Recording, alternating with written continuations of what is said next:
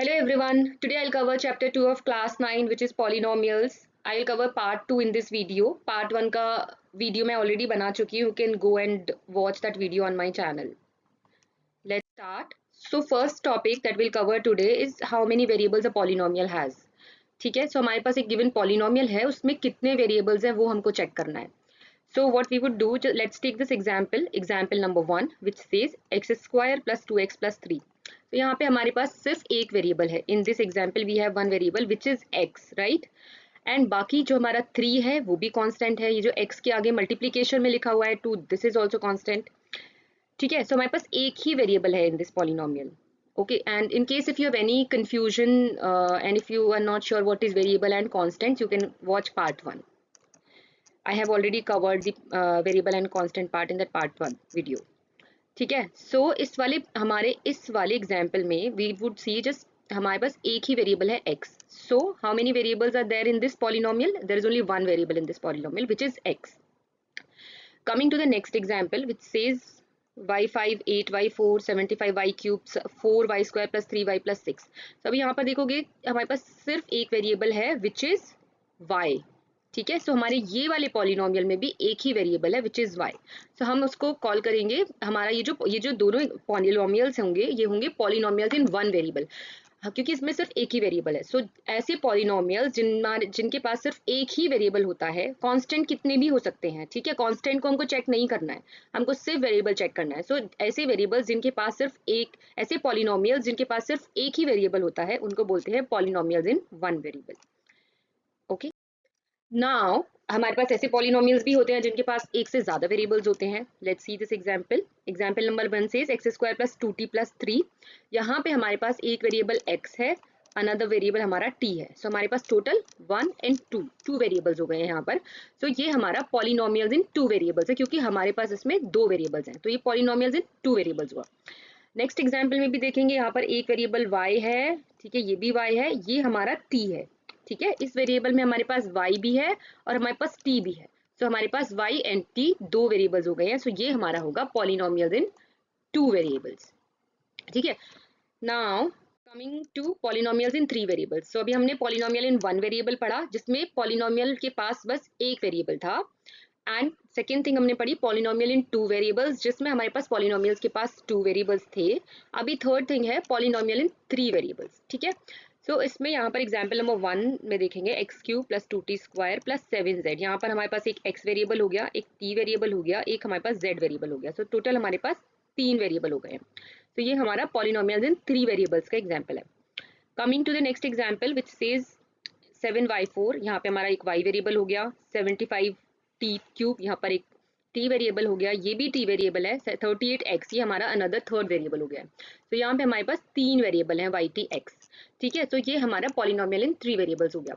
बहुत ही सिंपल है. अगर पॉलिनोमियल में एक वेरिएबल है तो पॉलिनोमियल इन 1 वेरिएबल, पॉलिनोमियल में 2 वेरिएबल आपको दिखते हैं तो पॉलिनोमियल इन 2 वेरिएबल, पॉलिनोमियल में अगर आपको 3 वेरिएबल दिखते हैं पॉलिनोमियल इन 3 वेरिएबल्स, और अगर उससे ज्यादा वेरिएबल्स दिखते हैं सो यू जस्ट काउंट कि कितने डिफरेंट वेरिएबल्स हैं उस पॉलिनोमियल में, आप उसको मेंशन कर सकते हो पॉलिनोमियल्स इन n वेरिएबल्स, जहाँ पे n जो है number of variables in the polynomial है. तो अगर आपको 10 वेरिएबल्स दिखते हैं तो पॉलिनोमियल्स इन 10 वेरिएबल्स. सो ऐसे आप बता सकते हैं किसी भी पॉलिनोमियल के बारे में. Coming to the next topic which is coefficient in the polynomial. तो अभी कोएफिशिएंट क्या होता है किसी भी पॉलिनोमियल में? यहाँ पे I have mentioned constant value multiplied with the variable. अगर आपको कोएफिशिएंट निकालना है हमारा पॉलिनोमियल में किसी का भी, अगर आपको एग्जाम्पल में पूछा है कि आपको ये आपका एक पॉलिनोमियल है 7x cube plus 2x square plus x plus 9. ठीक है, दिस इज योर पॉलिनोमियल. अभी इसमें आपको कोएफिशिएंट निकालना है. सो आप देखोगे जो भी आपका वेरिएबल होगा उसके साथ कोई कांस्टेंट टर्म्स भी, जो भी कांस्टेंट टर्म मल्टीप्लाइड होगी वो ही आपका कोएफिशिएंट होता है. सो constant value multiplied with the variable. ठीक है, अभी इसको अंडरस्टैंड करते हैं. सो यहाँ पे यू विल सी कि 7x क्यूब हमारा एक ये टर्म हुआ. टर्म के बारे में मैं अभी आपको एक्सप्लेन करूंगी इन द नेक्स्ट स्लाइड. सो अभी आपको पूछा है coefficient of x cube. So x cube के साथ अभी क्या लिखा हुआ है? x क्यूब के साथ लिखा हुआ है 7x क्यूब, ऐसे लिखा हुआ है, राइट. 7x cube, right. सो ये जो आपका 7 है ना आगे, ये आपका कोएफिशिएंट ऑफ x क्यूब है. तो यहाँ पे अगर आप देखोगे नेक्स्ट चीज समझते हैं, अगर आपको पूछा है coefficient of x square, so x square के आगे जो भी वैल्यू मल्टीप्लाइड है 2, कांस्टेंट वैल्यू जो मल्टीप्लाइड है वो ही आपका कोएफिशिएंट होता है। ठीक है, so coefficient of x square is 2। अभी एक्स का कोएफिशिएंट है, एक्स का कोएफिशिएंट आपका क्या होगा, यहाँ पर आपको दिखेगा कुछ भी वैल्यू मल्टीप्लाइड नहीं है एक्स के साथ, तो राइट, तो इसका कोएफिशिएंट क्या होगा, राइट, तो इसका कोएफिशिएंट होगा आपका 1, क्योंकि हम लोग कभी भी अगर x होता है तो उसको कैसे कंसिडर करते हैं, x को हम कैसे लिख सकते हैं, 1 इंटू एक्स। तो अगर ये लिख सकते हैं तो इसका कोएफिशिएंट 1 हुआ, इसीलिए यहाँ पर मैंने x का कोएफिशिएंट 1 डाला है। ठीक है, सो जो भी constant value multiplied with the variable, constant value जो भी उस वेरिएबल के साथ मल्टीप्लाइड है, एक्स क्यूब हमारा एक वेरिएबल है आगे यहाँ पर, तो एक्स क्यूब के साथ मल्टीप्लाइड है 7, सो उसका कोएफिशिएंट 7 हुआ। एक्स स्क्वायर के साथ मल्टीप्लाइड कांस्टेंट वैल्यू हमारी 2 है, तो उसका कोएफिशिएंट 2 हुआ। एक्स के साथ हमारा 1 मल्टीप्लाइड है, उसका कोएफिशिएंट 1 हुआ। ठीक है, और ये यहाँ पर हमारा खुद से कांस्टेंट है। So this is constant, 9 is constant, 9 is constant, आपको ये चीज ध्यान रखनी है। बाकी ये जो आगे वेरिएबल्स के आगे जो मेंशन है ना, ये 7, 2 एंड 1 अभी मैंने आपको बताया, ये आपके कोएफिशिएंट्स होते हैं। आपको पूछे जाएंगे कोएफिशिएंट कि एक्स क्यूब का कोएफिशिएंट बताओ, एक्स क्यूब का कोएफिशिएंट बताओ, एक्स स्क्वायर का कोएफिशिएंट बताओ इन दी पर्टिकुलर पॉलिनोमियल। सो आपको ऐसे देखना है, जो भी वैल्यू कांस्टेंट मल्टीप्लाइड है वही आपका कोएफिशिएंट इन वेरिएबल्स होगा। अभी आता है डिग्री ऑफ द पॉलिनोमियल्स। ठीक है, सो हमारा नेक्स्ट टॉपिक है डिग्री ऑफ द पॉलिनोमियल। अगर मैं किसको किसी भी पर्टिकुलर पॉलिनोमियल की डिग्री बतानी है तो उसको हम कैसे बताएंगे। अभी let's take this example, x cube plus 2x square plus 7x। ठीक है, अभी डिग्री कैसे बताते हैं, डिग्री क्या होती है हमारी, कोई भी जो पॉलिनोमियल होता है उसमें जो भी हमारा वेरिएबल होता है जिसकी हाईएस्ट पार होती है, हमको वो चेक करना है और वही हमारी डिग्री है। अभी जैसे पॉलिनोमियल का एग्जांपल लेते हैं, एग्जांपल से समझते हैं इसको। तो जैसे हमारा ये एक्स क्यूब है plus 2x square plus 7x, ये पॉलिनोमियल है। ठीक है, यहाँ पर x की यहाँ पे जो हमारा वेरिएबल है x, ठीक है, इसमें सबसे बड़ी डिग्री किसकी है, हमारी सबसे बड़ी डिग्री है x का, x क्यूब वाला, राइट। सो x क्यूब हमारा सबसे बड़ा है और उसका पार कितना है, जो भी पार होगा वेरिएबल की डिग्री का, जो सबसे बड़ी डिग्री होगी उस वो हमारा जो सबसे बड़ी पार होगी वो हमारी डिग्री होगी। ठीक है, let me explain it to you again, one second. So degree को हम समझते हैं, लेट्स टेक अनदर एग्जांपल। यहाँ पर 7y4 plus 75y cube plus 4y square plus 38y plus 6। ठीक है, यहाँ पर हमारा जो वेरिएबल है y, राइट है, राइट, उसका हमारा सबसे बड़ा पार क्या है, y4, y cube, y square, y। सो 4 3 2 1 पार की बात करेंगे। इसके आगे जो लिखा है ना कोएफिशिएंट, इसकी बात नहीं करेंगे। 38 को नहीं देखेंगे, 75 को नहीं देखेंगे कि ये सबसे बड़ा है, 7 को भी नहीं देखेंगे, राइट।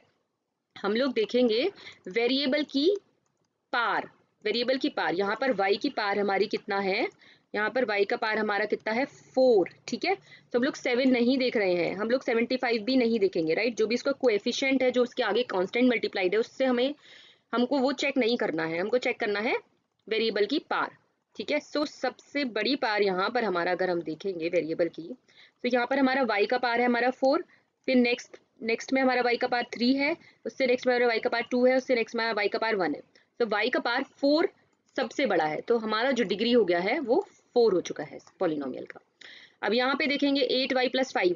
सो हम लोगों को क्या चेक करना है, वेरिएबल का पार। वेरिएबल कौन सा है यहाँ पर, y का पार कितना है यहाँ पर, y अगर हम देखें तो y का पार हमारा है 1। ठीक है, y का पार 1। अगर हमारा y केवल सिंपल y लिखा होता है तो हम उसको y का पार 1 बोलते हैं। तो y का पार 1 है, तो इसीलिए डिग्री 1 हो गया है।